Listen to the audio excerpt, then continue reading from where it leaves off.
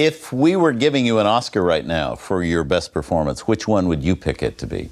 I haven't a clue. I have never seen Robert so pained in my life. You don't have a favorite Robert Mitchum film? I don't think so. They don't pay you to see him.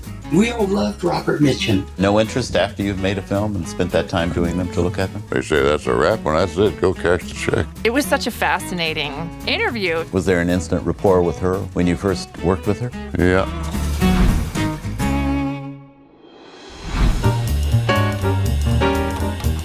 We were very lucky to have so many of the classic stars come to Atlanta. We worked with everybody. There was hardly anybody who got away. Mitchum was on our list for quite a while. Don't you like it in here? Just not ready to settle down. Darcy Hedrich, who was our head of talent, said, let me go to Jane Russell. Would you be willing to do Jane and Robert Mitchum together? If that's what it takes to get Robert Mitchum, absolutely. Would you mind giving me a hand? I don't think I wouldn't enjoy that.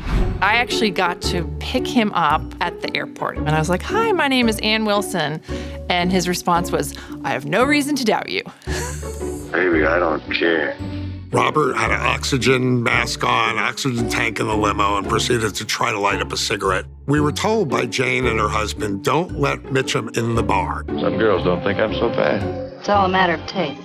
So he gets to his hotel, he calls our PR person, and he goes, what's a guy do for a good time in this town? I said, we'll be over in 10 minutes. And it was one of the greatest nights of my life. Mitchum is telling phenomenal stories. This was this bad boy of classic cinema, smoking hash in the caves in Afghanistan. But he comes in the next day, does this interview with Robert Osborne, and is monosyllabic. Mitchum gave him nothing. David Lean, was he a tough guy to work for? No.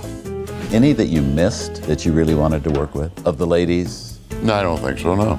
Any directors you wouldn't work with again? No, I can't think of anybody. Is there a way to win? Well, there's a way to lose more slowly.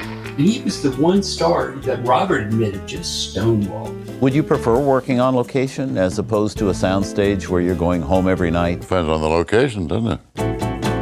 We just were so looking forward to hearing some of his stories and stuff. You said you wrote some of the scenes for Macau. Can you remember some of the scenes? No, I cannot. I felt bad for Robert. It was really one of the worst private screenings interviews we ever had. Robert, out of the past, do you have any idea history was being made when you were making Not at that all, film? no.